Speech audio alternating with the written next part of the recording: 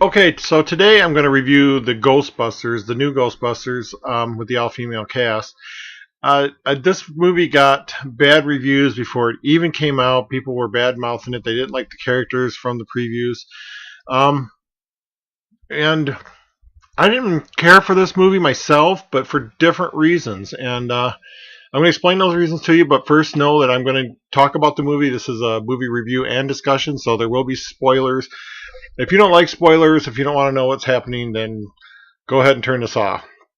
But my philosophy is to go into a movie to be entertained and to lose myself in the movie and to just be there, just not worry about reality, but be in the movie. And this movie, while it would have been a good reboot of the Ghostbusters, and it is a reboot. It's not a continuation. It's not a sequel. And that's an important distinction to make because that falls into my criticism later on. But the story I thought was pretty decent. A guy breaking the fabric, and again, you got to understand the science of the movie because it's different than reality. But the barrier between the dead and the living, and he was going to tear the fabric and allow all the ghosts to come out and cause the apocalypse. And that's kind of what happened in the first movie. They just kind of used different characters in a different way of doing that. It starts out, of course, with the ghosts, them fighting the ghosts, and I want to make sure that was still on. But the story did parallel a lot of the first story, and the characters I didn't mind the characters. The one character I did mind was Kate McKinnon's character. She was Jillian, but I'm not a fan of the trope that the very smart scientist has to be edgy and kooky, and that's what she was. She was just always kooky and cracking jokes, and to me, that type of character turns me off. So that alone, and that wasn't even the criticism that everyone gave the movie. They wanted to criticize the Leslie Jones character, and I felt that was fine. I didn't have any problem with her character. And the other character I really liked was the what's her name? Melissa McCarthy. Well, yeah, McCarthy. I don't really know actors and actresses. I just watch movies. But she started out to be a smartass, but she kind of knew when to tone it down. She knew when to say, "Hey, let's get serious here." And I kind of like that in the character. And she, the character was fleshed out, whether it was the writing or the actress. I like that in the character. The Kristen Wiig character, that was all right too. I didn't have any issues with that. But the wacky scientist, I don't like the wacky scientist who's got to be wacky all the time and be brilliant the other half of the time. The other thing I didn't like, and this is my main criticism, was this was to be, a reboot, a retelling of the Ghostbusters, but they spoiled it by taking everything from the old Ghostbusters and putting it in this movie. Like, first of all, every character that was in Ghostbusters had a cameo in this movie, and they were evenly spaced out. So every time I saw, oh, there's Bill Murray, that took me out of the movie, and oh, there's Sigourney Weaver, and that took me out of the movie. And they even used Slimer, and I saw, I can understand them reusing the character of Slimer, and they even used Slimer's girlfriend from the cartoon series. But then they brought out, without explanation or anything, the Stay Puft Marshmallow Man. That just, again, boom, a cameo from the movie. They used the library location where, what's his name, Vigo the Carpathian, his building that was covered with slime. And in the second movie, they used that location. I didn't have a problem with them reusing the firehouse because the way they, I guess I had a problem with the way they incorporated that into the movie because they get there and it's too expensive and they're like, oh crap, we're not going here, so they go to the Chinese place. But every one of those, I mean, they even used, I don't know, just everything from the old movie just would pop up in this movie.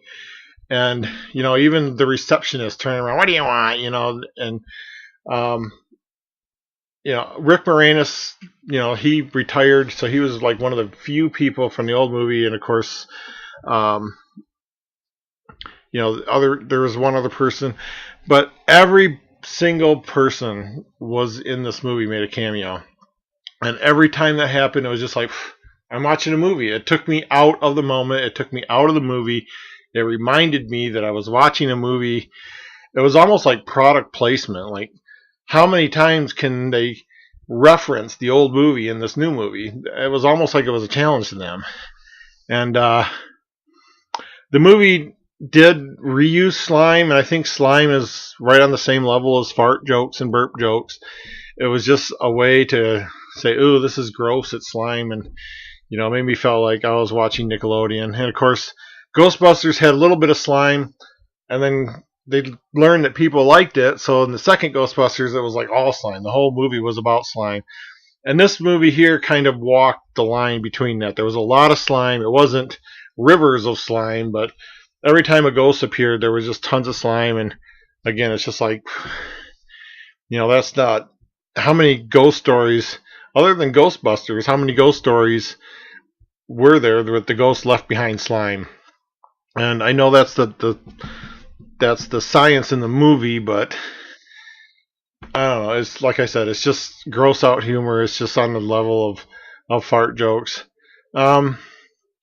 I did like some of the new devices. I don't like how they were nonchalantly introduced. It's just like, oh, here's one of the greatest inventions of all time, of all mankind. Nah, but yeah, we just made it, and here, use it. One thing I did like about the movie in the retelling, in the old movie, they were pitted against the government of New York. They were pitted against the mayor. The mayor wanted to shut them down. In this movie, the mayor wanted to keep them up, but keep them secret, keep them like secretly funded. So they had to take the fall and say, yeah, we were fooling everybody, but secretly they were being funded. And I like that twist. I like, that was one of the criticism I had of the first movie. And I wasn't a fan of the first movie. I know it's got icon status, but I never really cared for the first Ghostbusters movie. And that was one of the things I didn't like about it was, here's a guy faced with incredible equipment and he turns it off, not knowing what it would do. And, the government is just wanting to shut them down. And, I can understand that part of it, but it was just so villainous, And another thing about this movie was there were some gaping plot holes. The chain or the cable from the front of the fire truck should never have been that long. And what I don't understand is, there was a portal blew apart a building, and in the end, when the portal closed, the building went back together. So everyone was like, okay, the building's back together. We have no proof any of this ever happened. And the mayor was like, yeah, and we want to keep it this way. But in the meantime, the giant ghost, the Ghostbusters, and it was kind of the equivalent of the Stay Puft Marshmallow Man, was smashing buildings. He was actually running down the street, so he must have been several blocks, smashing buildings, like just literally smashing them. And they never showed those buildings going back together, and they weren't part of the portal. So when they denied that all this happened, how did they explain all these smashed buildings? Or did they go back together? Because they never showed it. And to me, that was a big plot hole. And it, sometimes when you catch plot holes, it's on the second and third or fourth viewing. When you catch a plot hole on the very first viewing without any knowledge of the movie, it's just like, it's got to be a gaping plot hole to catch it. Because usually I don't catch plot holes unless I'm, because I always read trivia about movies on IMDb, and when you're reading the trivia, there's a part where they talk about bloopers and stuff and plot holes, and I'll read that after the fact, or but I didn't do that with this movie. But I was like, what? As soon as that building went together, I thought, what about all these other buildings? What about all the smashed cars? Because a lot of cars got smashed, and then there were the other giants, the Stay Puft Marshmallow Man. They had like a Macy's Day Parade, and that was another thing I'm not a fan of. I'm not a fan of ghosts that aren't ghosts, like the dragon and the big balloons. And I'm not a fan of killing ghosts. These ghosts acted as if they were life forms. They had wills of their own. and they were able to kill them. And so what happens when you kill a ghost? And there's literally a scene where they're walking through the bodies of all the ghosts they killed. And I'm like, this just doesn't make sense. And, you know, even, I can't even think of a single mythology where that makes sense. So it's just one of those things where in the science of the movie that might have worked, but for me, it just didn't make sense. So all these things combined, the not making sense, the plot holes, the wacky character, and all the cameos. I mean, everything made a cameo in this movie. And there were some clever bits. If they'd left out the cameos, if they just totally did away with the cameo, and I mean, including like the fire. I mean, all right, the firehouse is part of the mythology of the Ghostbusters, so I can understand leaving that in, but just some of the changes were nice. They had a hearse instead of an ambulance. They had the proton packs. They actually showed how they developed them and how they made them, and I thought that was clever. Just I don't know. It could have been a good movie if they'd left out all the cameos and if they filled in some of the plot holes, and they just didn't do that. And I don't know if there's ever going to be a 2 because there's still backlash on this.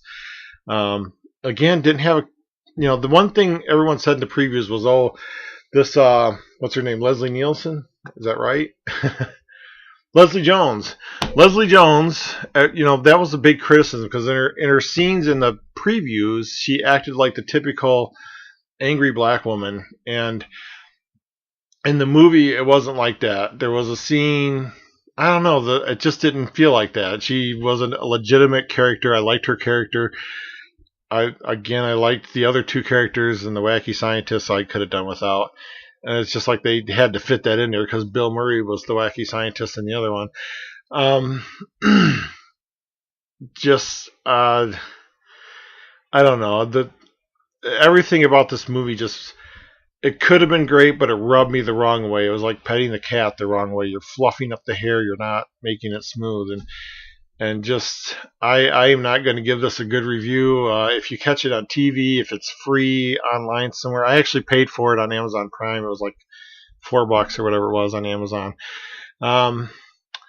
But don't go out of your way to see this movie. If you're a big fan of the Ghostbusters, if you want to spot all the cameos, because like everything had a cameo.